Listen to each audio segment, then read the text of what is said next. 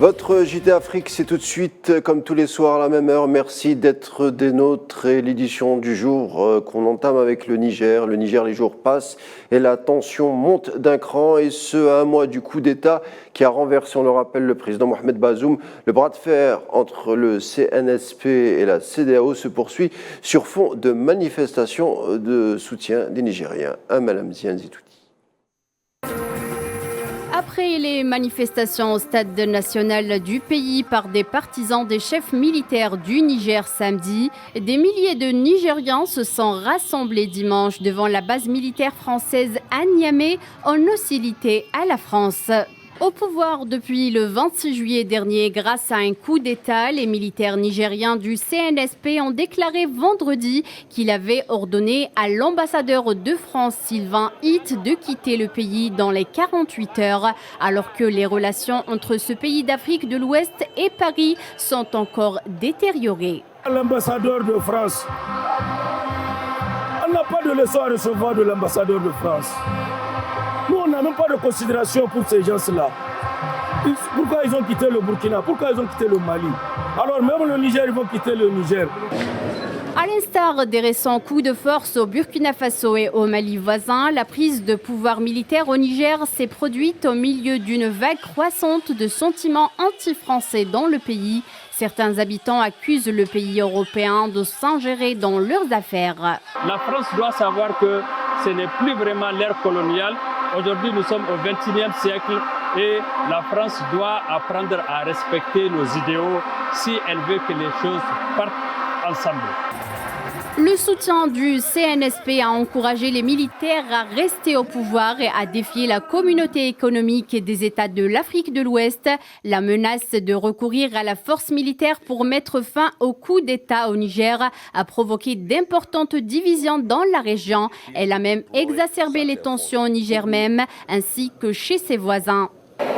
Fidèle à ses principes, l'Algérie reste de son côté en faveur d'une solution pacifique au Niger.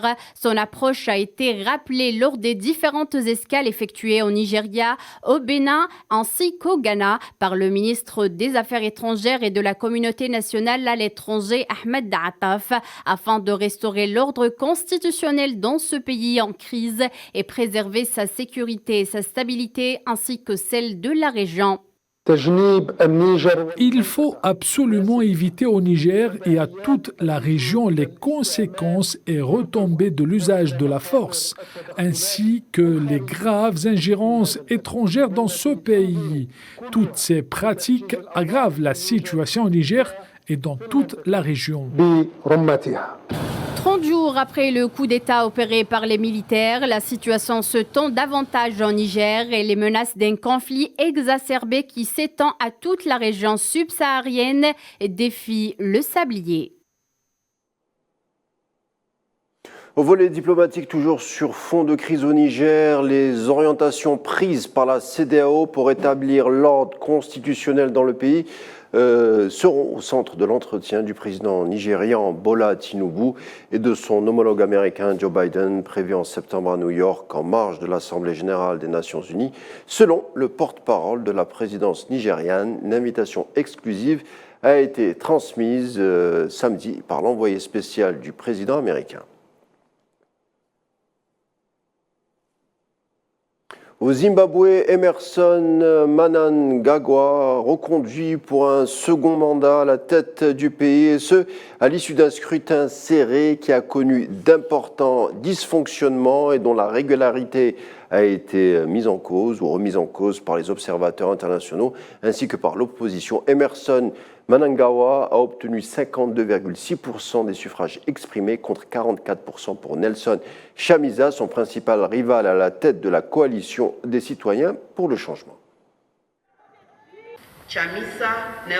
Le total des suffrages exprimés était de 4 561 221. Le total des suffrages valides exprimés était de 4 468 668. Le total des votes rejetés était de 92 553. Notre population électorale totale était de 6 623 511.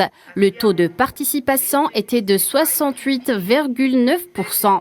Maintenant, par conséquent, moi, Priscilla Makanyara Chigumba de la Commission électorale, au terme de l'article 110, paragraphe 3, déclare par la présente que Mnangagwa Emerson Dambudzo du parti ZANU-PF a reçu 2 350 711 voix sur 4 468 730 suffrages valables exprimés, soit plus de la moitié du nombre de suffrages valides exprimés à l'élection présidentielle. Par conséquent, Mnangagwa Emerson Dambudzo du parti ZANU-PF est déclaré dûment président de la République du Zimbabwe à compter du 26 août 2023. Et puis au Gabon, le gouvernement a annoncé un couvre-feu et la suspension de l'accès à Internet sur toute l'étendue du territoire, à la fermeture des bureaux de vote pour la présidentielle et les législatives afin de parer à la propagation d'appels à la violence et des fausses informations. Le couvre-feu sera appliqué dès ce dimanche à partir de 19h jusqu'à 6h du matin. Conscient des dérives que peuvent engendrer les fausses informations et manipulations issues de ces plateformes, le gouvernement de la République gabonaise a pris la décision de suspendre l'accès à Internet sur toute l'étendue du territoire à compter de ce jour, et ce jusqu'à nouvel ordre. Aussi, afin de prévenir tout débordement et préserver la sécurité de l'ensemble des populations, un couvre-feu sur l'ensemble du territoire est décrété et sera appliqué dès ce dimanche 27 août, et ce jusqu'à nouvel ordre.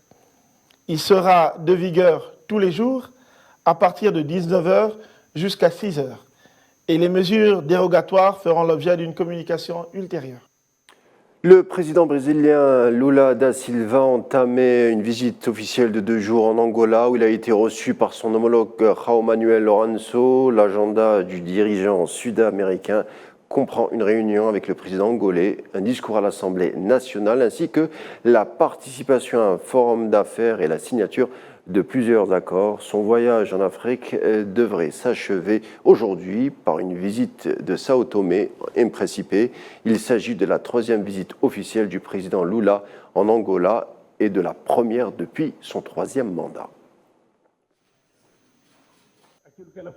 L'ONU de 2023 est loin d'avoir la même crédibilité que celle de 1945. Le Conseil de sécurité, qui devrait être une figure de paix et de calme, est un Conseil de sécurité qui fait la guerre sans parler à personne. La Russie se rend en Ukraine sans en discuter avec le Conseil de sécurité. Les États-Unis se sont rendus en Irak sans en discuter avec le Conseil de sécurité. La France et l'Angleterre ont envahi la Libye sans passer par le Conseil de sécurité. Autrement dit, ceux qui font la guerre sont des pays membres du Conseil de sécurité. Ceux qui fabriquent des armes sont les pays du Conseil de sécurité. Ceux qui vendent des armes sont les pays du Conseil de sécurité.